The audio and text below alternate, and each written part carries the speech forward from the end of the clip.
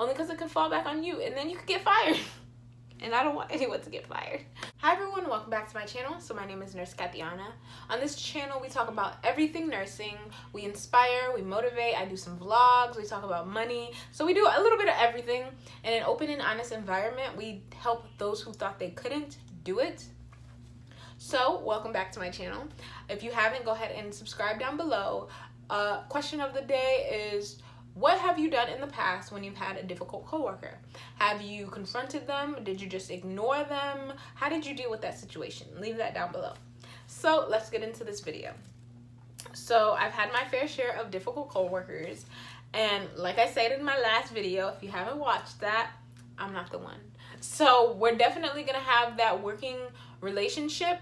We're going to be associates. We don't have to be best friends, but we need to be professional at the same time. And if I didn't like you at work, you would definitely not know. Like, you wouldn't be able to peep because I keep it so professional. So yeah, first tip I have for you guys is to be calm. Breathe. Reevaluate the situation. Think about the situation. Is it something that you really need to go and bring up, or can you just leave it alone and then if it happens again, come back to it? The second tip is set boundaries. You're at work. You're not there to really make friends, but if you make friends, it's awesome, you know, it's good. But at the same time, you need to set up a working boundary. So if you see that someone is not getting along with you, or you're having a difficult time with this person, set boundaries. You don't need to bother that person for anything other than patient care or maybe a question or anything like that. So if you let others control how you feel, you're definitely losing in the end, because if someone can just disturb your whole day with one thing that they said, you have let them have too much power over you. So the next one that I have, a next tip, is to ignore them. Ignore them if possible. Ignore the situation. You don't want to just straight out flat ignore them, but just, you know, ignore the situation. Ignore any extra conversations or anything that you don't feel like giving the energy to. Of course, you're going to speak to them because they're a human being. Everyone should be acknowledged. But if you don't feel like giving it your time, just say, oh, I don't want to talk about that right now, or I'm busy, I have to go do something. Just, you know, try to avoid that situation. Rule number 4, go up your chain of command. So this is tricky. You don't want to go to your chain of command immediately. You want to try to resolve it within you and that other person. But if you have to, then go ahead and let your chain of command know. And maybe they can have a conversation with the both of you sitting down, and you guys can, you know, discuss the problem that you're continuously having.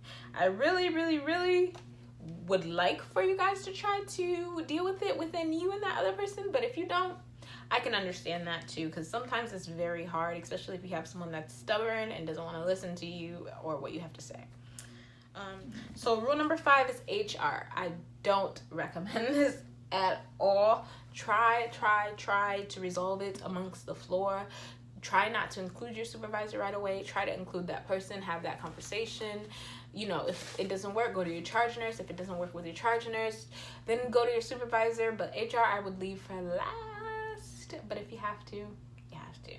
So prior to going to HR, get your ducks in a row. Maybe have some written examples or know the examples that you're going to be given. Now, if it's something that includes you in the examples, you want to make sure that you have all your stuff together. So prior to going to HR, you want to make sure that you have all your stuff together. So prior to going to HR, you want to get your stuff together, because then you don't want to bring up new problems or have something fall back on you.